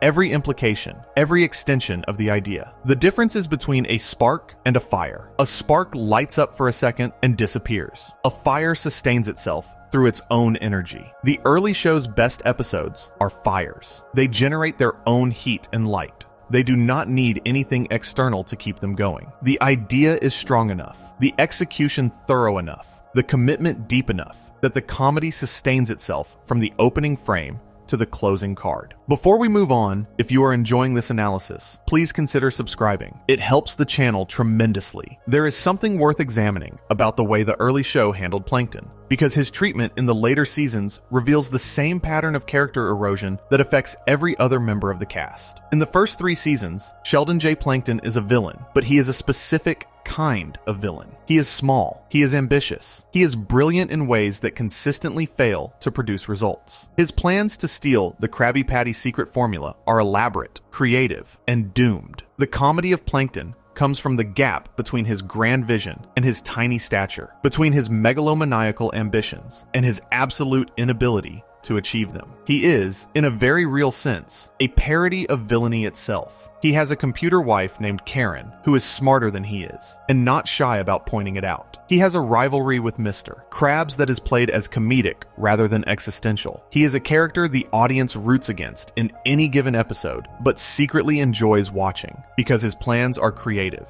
and his failures are funny, and his perseverance is, in its own way, admirable. You have to respect someone who tries that many times without ever succeeding. In the later seasons, Plankton loses that specificity. He becomes either a generic villain with no personality beyond wanting the formula, or, worse, a victim. The show begins subjecting him to the same kind of disproportionate suffering that it inflicts on Squidward, most notoriously in One Course Meal. A character who was once a lovable antagonist becomes a prop for mean-spirited stories that have no interest in who he is as a person. The Plankton of the early seasons was someone. The Plankton of the later seasons was something. A plot device, a target, a function. The same erosion happened to Gary. In the first 3 seasons, Gary the Snail is a surprisingly rich, supporting character. He is SpongeBob's pet, but the show treats him as something more. Gary is the smartest character in SpongeBob's house. He meows, but his meows communicate volumes, delivered with a timing and a tone that consistently convey exasperation, affection, or wisdom beyond what his owner possesses. The episode Sleepy Time reveals that Gary's dream is to live in a massive library, reading great literature in a humanoid body with a deep, cultured voice. That single image tells you everything about Gary. He is trapped in a simple body, in a simple house, owned by a simple person, and inside him is an intellectual life that no one around him suspects. The show never returns to this revelation in any heavy-handed way. It just plants the seed and lets the audience carry it. Every subsequent meow from Gary carries the weight of that dream. Every eye roll becomes funnier and more poignant because you know what is behind it. That is character depth in its most efficient form. One scene, one dream, and the character is permanently enriched. The later show rarely achieves this kind of efficiency because it rarely invests in its characters deeply enough to generate it. Ripped Pants, which aired on May 1st, 1999, as one of the very first episodes, already demonstrates the show's emotional sophistication in embryonic form. SpongeBob rips his pants at the beach, and everyone laughs. So he does it again and again. The joke gets stale. People stop laughing. SpongeBob, desperate to recapture the attention, keeps ripping his pants in increasingly embarrassing situations until he fakes drowning and loses all his friends. The episode ends with SpongeBob performing a song on the beach about learning his lesson, accompanied by other beachgoers who also blew it in similar ways. The episode is, on its surface, about not beating a dead joke. But underneath that lesson is a more nuanced one about the difference between genuine connection and performance. SpongeBob did not rip his pants to be funny. He ripped his pants because the laughter made him feel seen. When the laughter stopped, he felt invisible. So he escalated. And the escalation, the desperate attempt to recapture a feeling through repetition, pushed away the very people whose attention he wanted. That is a remarkably mature observation for the second episode of a children's show. It is an observation about human behavior that applies far beyond the context of a cartoon sponge splitting his shorts, and the show trusts a 7-year-old viewer to absorb it. The question of why early SpongeBob is better than modern SpongeBob does not have a single answer. It has 100 answers, all of them connected, all of them pointing in the same direction. The original creative team was more cohesive and more talented at working together than the teams that followed. The show's creator was more directly involved. The characters were more complex, more nuanced, more human. The humor was sharper, more layered, more trusting of its audience. The animation had a warmth and a personality that the later, more polished style could not replicate. The emotional intelligence was higher. The stories were more structurally creative. The moral center was stronger. The mean-spiritedness was absent. The gross-out humor was used sparingly and within a comedic framework. The pacing was more patient. The silence was used as effectively as the noise. The show breathed. It had room in it for the audience to think and feel and discover. The later show, at its worst, was loud and fast and relentless, leaving no space for anything to land with weight. But the deepest answer, the one that sits underneath all the others, is this. The early show believed in its own characters. It believed that SpongeBob's optimism was real and valuable. It believed that Squidward's cynicism hid a genuine need for connection. It believed that Patrick's simplicity contained moments of unexpected wisdom. It believed that Mr. Krabs' greed existed alongside real affection for his employees. It believed that these were characters worth caring about, worth spending time with, worth understanding. And because the show believed in them, the audience believed in them too. The later show, too often, treated its characters as tools. Tools for generating jokes. Tools for generating conflict. Tools for filling 11 minutes of airtime. And tools do not inspire belief. They do not inspire love. They do not inspire people to carry them in their hearts for 20 years and argue passionately about their decline on internet forums at 3 a.m. Steven Hillenberg created something extraordinary. He took his knowledge of the ocean, his love of cartoons, his experience flipping burgers in a Maine seafood restaurant, and his understanding of what makes people laugh. and he built a world. A small, specific, deeply imagined world at the bottom of the sea. And for 3 seasons and 1 movie, that world was as alive and as real and as meaningful as any world in any medium. It was funny and sad and strange and warm and surprising. And above all, it was kind. It treated its characters with kindness. It treated its audience with kindness. It trusted that kindness and an intelligence could coexist in the same show, and it was right. Consider one final image. In the opening sequence of every SpongeBob SquarePants episode, SpongeBob emerges from his pineapple house, waves to the camera, and descends to the ocean floor in a cascade of bubbles. The theme song plays. The narrator, in a pirate voice, tells you who lives in a pineapple under the sea. Children who were 4 years old when they first heard that song are now approaching 30. They have heard it thousands of times. They know every word, and they still feel something when they hear it. Not just nostalgia, something more specific than that. They feel a return. They feel the sensation of being back in a place they know. A place that was always safe, always funny, always warm. That feeling is the legacy of the early seasons. It is the residue of quality. When something is made with enough care, it does not just entertain. It becomes a part of you. It lodges itself in the architecture of your memory and stays there. And every time you return to it, it feels less like revisiting something old and more like coming home. But perhaps the most important thing to understand about the early seasons, the thing that undergirds all the specific observations about writing and animation and character and humor, is that the show was made by people who were having fun. You can feel it. In every episode, in every joke, in every background detail and throwaway gag, you can feel the creative team enjoying themselves. They were not grinding out content. They were making something they found genuinely funny, genuinely interesting, genuinely worth their time and talent. That joy is communicable. When creators are enjoying their work, the audience can feel it. And when creators are going through the motions, the audience can feel that too. The early seasons of SpongeBob radiate creative joy. The later seasons, at their worst, radiate creative exhaustion. That is not a criticism of the individuals involved. It is a description of what happens when a show runs longer than it was meant to. When the creative impulse that sparked it has been honored, completed, and then asked to keep producing anyway. The show continued after Hillenberg left. It continued after he returned. It continued after he died. It continues still. SpongeBob SquarePants is, as of this recording, the longest-running American children's animated series ever produced. It has spawned movies and spin-offs and merchandise, and a presence in global culture that would have been unimaginable when a marine biologist walked into Nickelodeon with a pitch about a sponge who flips burgers. And all of that is remarkable. All of that is worth celebrating. But the thing that made it possible, the thing that turned a cartoon into a cultural institution, was not the brand, or the marketing, or the merchandise deals. It was the quality of those first 3 seasons. It was the care that went into every joke, every character moment, every scene. It was the work of a group of people who were making something they loved and who understood instinctively that the best way to make something that lasts is to make something that is true. There is one more thing that needs to be said about the early show,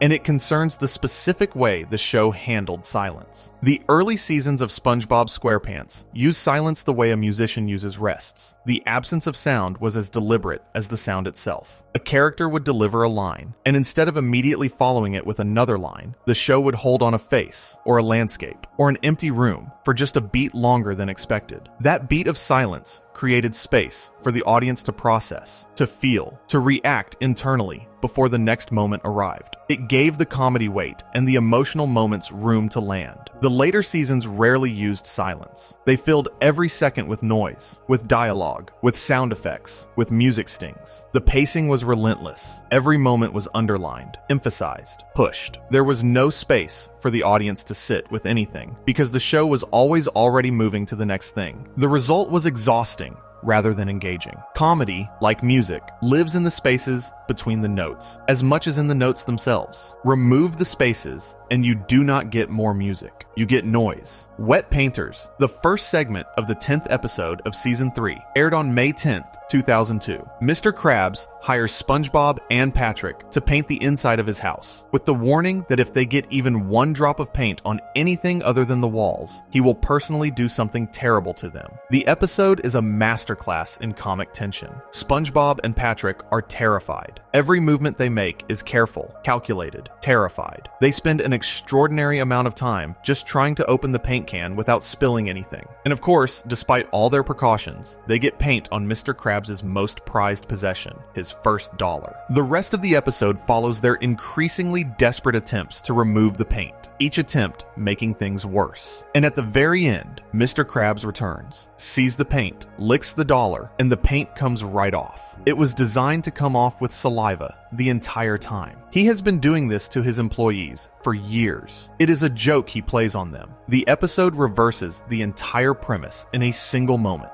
and the reversal is satisfying because the show has spent 10 minutes building the tension to an almost unbearable level before releasing it in one perfect comedic beat. The patience of the setup is what makes the payoff work. If the episode had been shorter, if the tension had been less intense, the revelation at the end would have been funny, but not memorable. Instead, it is one of the most remembered moments in the entire series, because the show invested the time necessary to make the audience feel the anxiety that SpongeBob and Patrick feel, and then released all of that anxiety in an instant. That is comic architecture. That is craft. And it requires a willingness to build slowly, to trust that the audience will stay with you, to believe that patience will be rewarded. The later show, at its worst, did not have that willingness. It wanted the payoff without the setup. It wanted the laugh without the investment. And you cannot have one without the other. There is a generation of adults who can quote entire episodes of SpongeBob SquarePants from memory. They can recite the campfire song at full speed. They can perform SpongeBob's bubble-blowing technique from Bubble Stand, complete with hand gestures. They remember the exact intonation of the chocolate fish's scream. They know what the ugly barnacle looks like, even though the show never showed it. They remember these things not because they watched the episodes once as children, but because they watched them dozens of times, hundreds of times, and each time they found something new.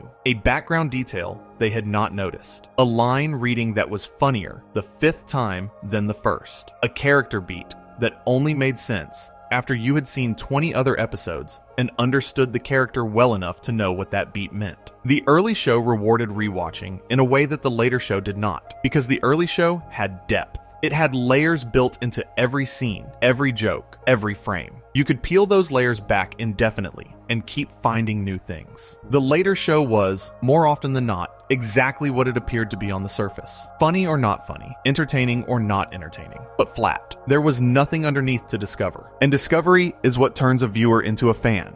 What turns a fan into an advocate. What turns an advocate into someone who writes essays about a cartoon sponge in the middle of the night and means every word. Early SpongeBob is better than modern SpongeBob. That is not a controversial statement. It is not a matter of taste or nostalgia. It is observable in the writing, in the character work, in the humor, in the structure, in the animation, in the emotional depth. The early show is simply a superior piece of craft. And the reason it matters, the reason people still talk about it more than 2 decades later, is that superior craft leaves a mark. It leaves a mark on the people who experience it. It leaves a mark on the medium it belongs to. It leaves a mark on the culture it enters. SpongeBob SquarePants, in its first 3 seasons, left all 3 kinds of marks. It changed children's animation by proving that a show aimed at young audiences could contain the same depth, wit, and emotional complexity as the best adult programming. It changed the culture by introducing a vocabulary of images and phrases that an entire generation adopted as their own. And it changed the people who watched it by teaching them, through 11-minute increments of comedy and kindness, that being yourself, being earnest, being enthusiastic, being open to the world was not something to be ashamed of. That those qualities were, in fact, the most powerful things a person could possess. It shapes the people who experience it. It raises the bar for everything that comes after. The first 3 seasons of SpongeBob SquarePants are one of the greatest achievements in the history of animated television. They deserve to be remembered that way. They deserve to be studied that way. And they deserve to be celebrated not just as a nostalgic artifact of a generation's childhood, but as a genuinely exceptional piece of storytelling that happened to take the form of a cartoon about a sponge who lives in a pineapple under the sea. A sponge who flips burgers with pride. A sponge who loves his friends without reservation. A sponge who believes, with every fiber of his rectangular yellow body, that the world is a good place, and that being kind is the most important thing a person can do. That belief was Hillenberg's gift. The early show carried it. The later show, too often, dropped it. And the difference between carrying something precious and dropping something precious is the difference between the SpongeBob people remember and the SpongeBob people mourn. If you enjoyed this video essay, make sure to subscribe. Thanks for watching, and I will see you in the next.